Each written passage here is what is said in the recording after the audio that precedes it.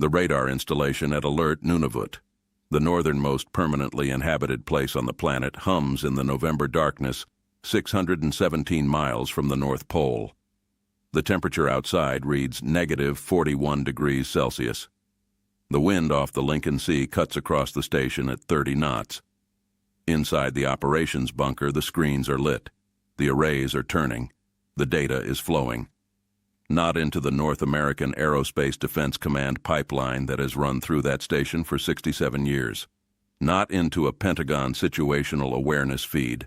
Not into Cheyenne Mountain. The data is flowing east across an undersea cable that was activated 9 days earlier into a joint command center in Bodø, Norway, where Norwegian, Finnish, Swedish, Danish, German, French, British, Polish, and now Canadian officers sit at consoles arranged in a horseshoe, watching the same screen at the same time. The station commander at Alert, a Canadian brigadier general with 31 years in the Royal Canadian Air Force, said something to a visiting parliamentary delegation at the start of the day briefing that no senior Canadian military officer has ever said on the record before. He said, "For 67 years, our radar feed flew south. As of this month, it flies east. The shift is not symbolic. It is operational, it is permanent, and it was not our first choice. It became our only choice. That is the sound of a $58 billion realignment." And it began with a single sentence shouted at a defense industry gathering in Tampa, Florida. The setting was an annual conference for American defense contractors, the kind of event where the president liked to speak without a teleprompter, riding the energy of an audience that applauded every line. A reporter from a Norwegian defense publication accredited through the conference press pool asked a precise technical question about the future of Canadian participation in the North American Aerospace Defense Command, given 18 months of public hostility from the administration toward the Canadian government. The president took the microphone off the stand. He paced 2 steps. The answer veered off script almost immediately. "NORAD," he said. "NORAD is an American program. Always has been. Always will be. We pay for it. We run it. We protect it. Canada, they have what? A couple of radar stations up in the snow. Big deal. We could replace those with American stations tomorrow. By Tuesday, frankly. Canadian air defense, Canadian Arctic defense, all of it. It is a courtesy we extend to them, not the other way around. Carney thinks he is some kind of partner.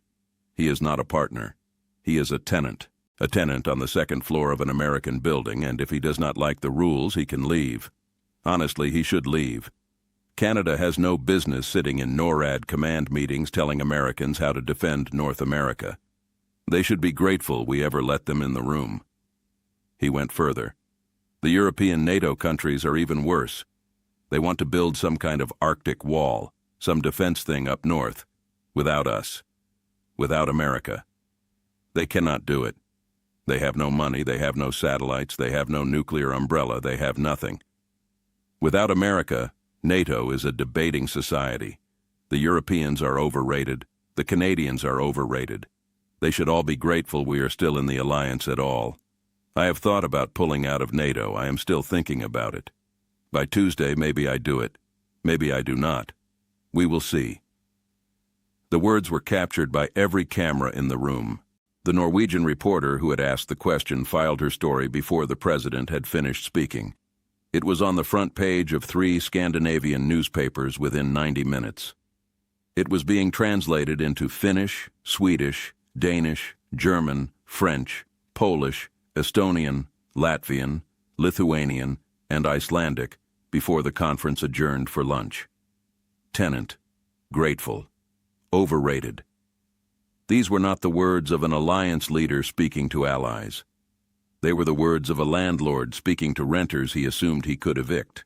They were not the words of someone who had ever stood inside the operations bunker at Alert in February, never watched a forward operating location at Nunavut track an unidentified aircraft entering Canadian airspace from the Beaufort Sea, never read a North Warning System threat assessment, never sat through a briefing on the difference between an over-the-horizon radar and a phased array system, never understood that the Arctic was not a frontier the United States defended for Canada. It was a frontier Canada defended for both.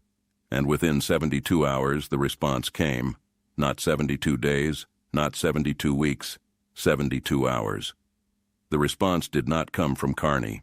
It came from a joint announcement delivered at the headquarters of the European Union External Action Service in Brussels, with the Secretary-General of NATO standing at the center podium, the Prime Minister of Norway to his right, the Prime Minister of Finland to his left, and the Canadian Minister of National Defence in the second row of seated dignitaries beside the Swedish Foreign Minister and the Danish Defence Minister. Carney was not in the room. He had remained in Ottawa specifically so that the announcement would land as a multilateral act, not a bilateral retaliation. The NATO Secretary-General read from a single sheet of paper. He said, "The North Atlantic Treaty Organization, in coordination with the European Union, the Nordic Defence Cooperation, and the Government of Canada, announces today the formal integration of Canadian Arctic defence infrastructure, command capability, and surveillance systems into the European High North Defence Architecture. This framework, known operationally as the Arctic Defence Wall, links radar, satellite, undersea sensor, and rapid response assets across Norway, Sweden, Finland, Iceland, Denmark, Greenland, the Faroe Islands, the United Kingdom, Germany, France, Poland, the Baltic states, and Canada into a single integrated command structure headquartered in Bodø, Norway, with a secondary command node in Yellowknife, Northwest Territories. The framework is open to American participation under reciprocal terms. The framework does not require American participation to function. The framework is operational as of today." He paused. He looked directly at the lead camera. He added the second line, the line that traveled around the world inside 90 minutes. He said, "This is not a replacement for NORAD. NORAD remains a continental defense arrangement between the United States and Canada. This is, however, the recognition by every Western Arctic nation except the United States that the defense of the High North cannot be left to a single relationship that has, in recent months, become unreliable. We have built the alternative because the alternative had become necessary." The Norwegian Prime Minister spoke next. He thanked the Canadian government for accepting an invitation that had been extended quietly over the course of 14 months through Nordic diplomatic channels. He thanked the Finnish and Swedish governments for accelerating their NATO integration timelines to make the framework possible. He thanked the Greenlandic and Danish governments for their geographic and political contributions. He did not mention the United States. He did not need to.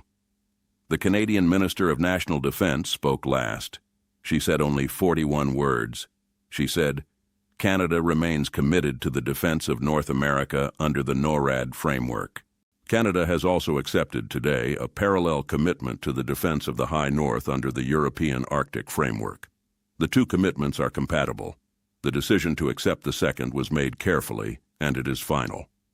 Within 72 hours, the replacement test for the American position began. It failed across 4 sectors simultaneously.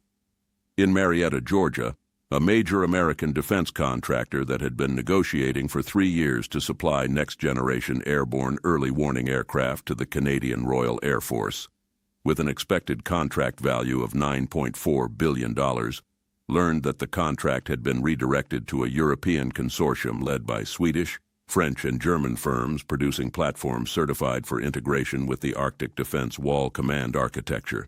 The chief executive of the Marietta facility, a man named Gene who had spent 34 years inside American defense manufacturing, sat in his office and read the procurement decision document twice. He canceled a planned expansion of the Marietta production line the following morning. The expansion would have added an estimated 940 jobs to the Atlanta metropolitan area. He told a regional defense industry publication, voice level but quiet, "We did not lose this contract on capability. Our platform was superior on 3 of 7 evaluation criteria. We lost it because the Canadians needed aircraft that talked to a command system the Americans had refused to join. The Europeans built the command system, we did not. So we lost the aircraft." In St. Louis, Missouri, a second major American defense contractor that had expected to supply Canada with next-generation maritime patrol aircraft for Arctic surveillance, with a projected contract value of $6.1 billion, received a procurement notice indicating that the Canadian government would instead acquire European platforms produced jointly by manufacturers in France, Germany, and Spain under the new framework. The contract had been pre-positioned for 15 years. The St. Louis facility's production manager, a man named Daniel, whose father had built P-3 Orions on the same line during the Cold War, told a local labor publication, "My father built airplanes that flew anti-submarine missions over the North Atlantic. I was supposed to build the airplanes that would replace them. Tonight I am going home to tell my wife that the contract went to Toulouse and Hamburg. I do not blame the Canadians, I blame the men in suits who called them tenants on television. You do not call your customer a tenant. You do not call the people who buy what you make grateful for the privilege. I have built airplanes for 31 years. I have never seen a contract lost this way. I have seen contracts lost on price. I have seen them lost on schedule. I have never seen one lost because the president of my country insulted the buyer. In Sunnyvale, California, a major American satellite manufacturer that had expected to provide next-generation Arctic surveillance satellites under a joint Canadian-American defense program, with a projected value of $4.8 billion, learned that the Canadian portion of the program had been transferred to a European satellite consortium operating through the European Space Agency, with launches contracted to a French commercial launch provider. The Sunnyvale facility canceled a planned $360 million manufacturing investment.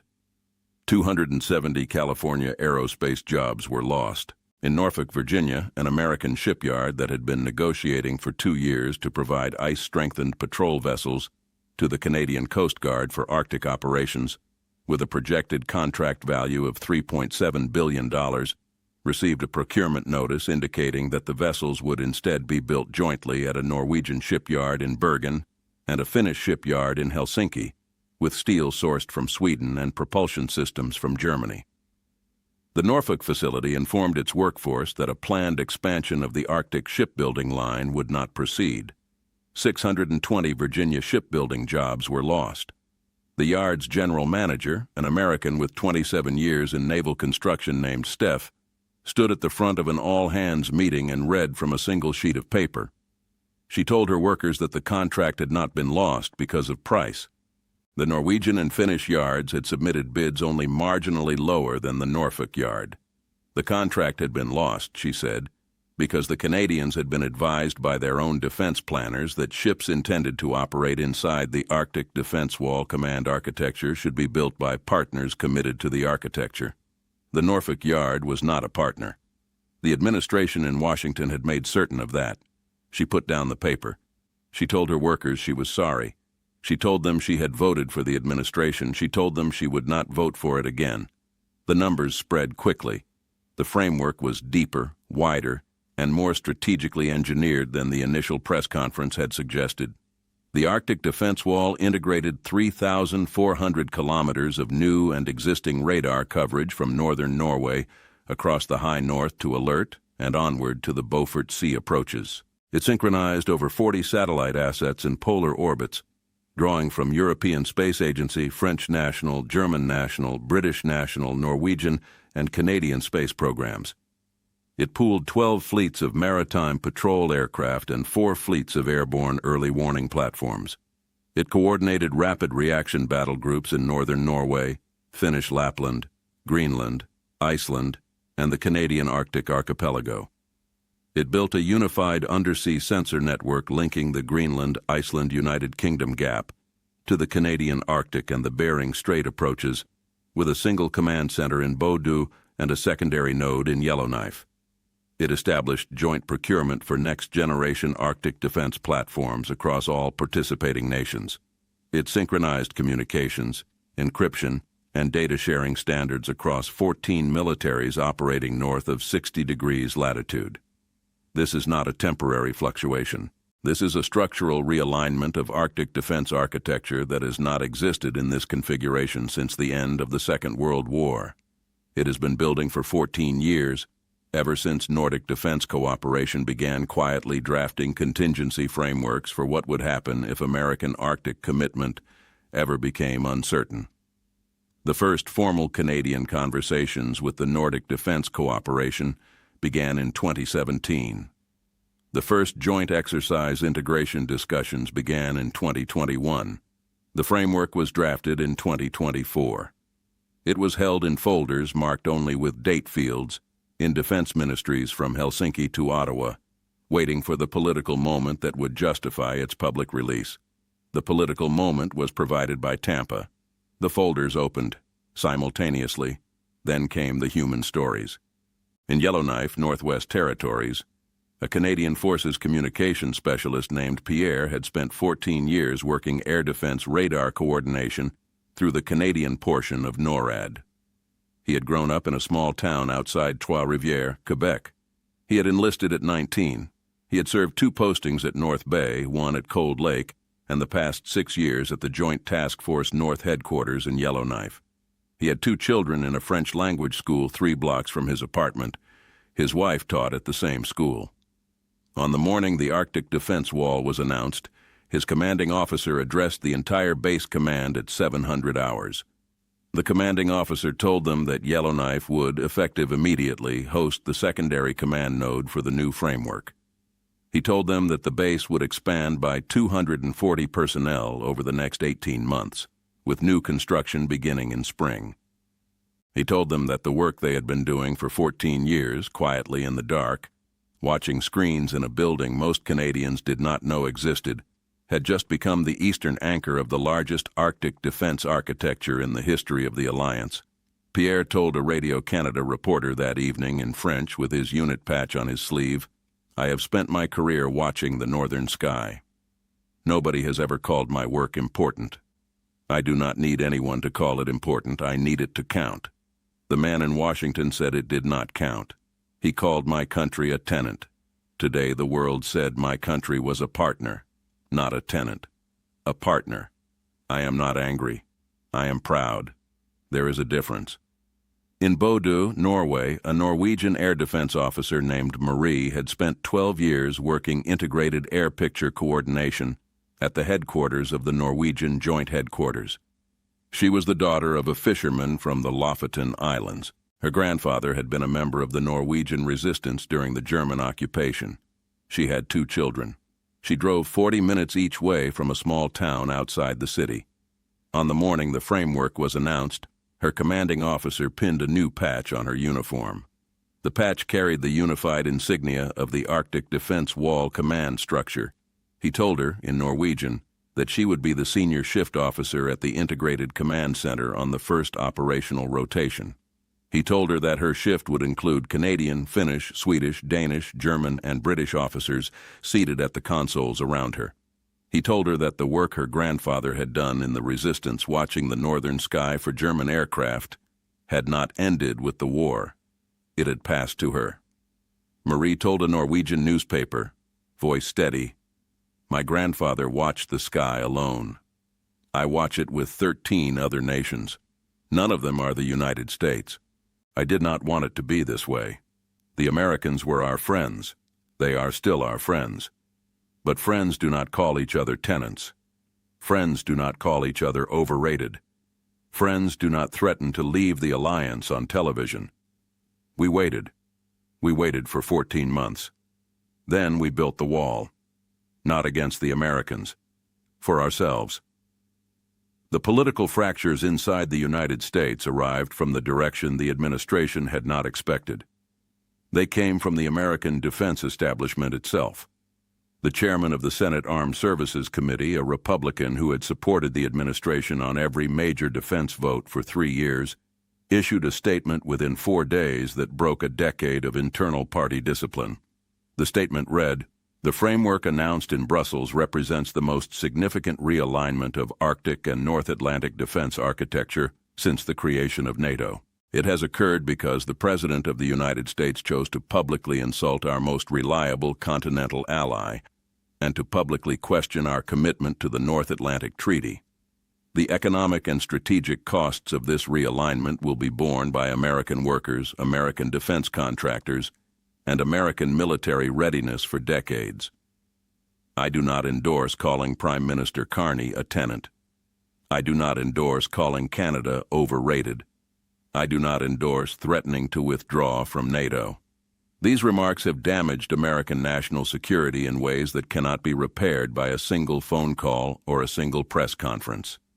I am asking the President, plainly and respectfully, to restore the relationships that have been broken.